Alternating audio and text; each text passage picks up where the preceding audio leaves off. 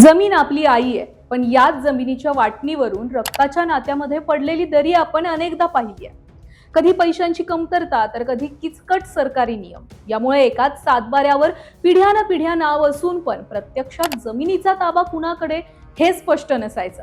आता मात्र याच वडिलोपार्जित जमिनींची वाटणी करण्यासाठी तुम्हाला लाखो रुपये खर्च करण्याची किंवा कोर्टाच्या पायऱ्या झिजवण्याची गरज अजिबात नाहीये. राज्य सरकारने जाहीर केल्याप्रमाणे कुटुंबातील भाऊ बहिणींच्या जमिनीचे वाटणीपत्र आता केवळ 100 रुपयांच्या मुद्रांक शुल्कावर होणार आहे. बघा, उदाहरण सांगायचं झालं तर आतापर्यंत काय होत होतं, तर एकत्रित समजा 10 एकर जमीन असेल, दोन भावांना ही जमीन आपापसात वाटून घ्यायची असते, पण नोंदणी शुल्कापोटी त्यांना जमिनीच्या बाजार मूल्याप्रमाणे लाखो रुपये मोजावे लागत होते. फी परवडत नाही, मग फक्त तोंडी वाटणी केली जायची. परिणाम काय व्हायचा?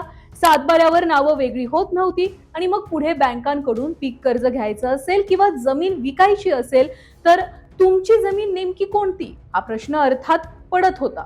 आणि यावरूनच घरामध्ये महाभारत व्हायचं. कधी कधी सख्खी भावंड जमिनीच्या एका गुंठ्यासाठी न्यायालयामध्ये जायची आणि त्यामुळेच ही सगळी झंझट कमी करण्यासाठी सरकारनं नोंदणी शुल्कच फक्त 100 रुपये करण्याचा निर्णय घेतला.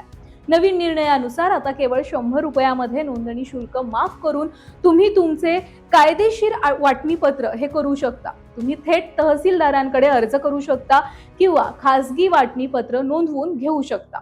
बघा, या निर्णयाचा फायदा काय होणार आहे, तर लहान शेतकऱ्यांच्या कष्टाचे पैसे वाचतील. सातबारा उतार्यावर नावं स्पष्ट झाल्यामुळे कायदेशीर गुंतागुंत संपणार आहे. प्रक्रिया अधिक पारदर्शक आणि जलद झाल्यामुळे भ्रष्टाचाराला आळा बसेल. दिवाणी न्यायालयामधील प्रलंबित केसेस कमी व्हायला मदत होईल. स्वतंत्र सातबारा असल्यामुळे पीक कर्ज आणि इतर कर्ज प्रक्रिया सुलभ होईल.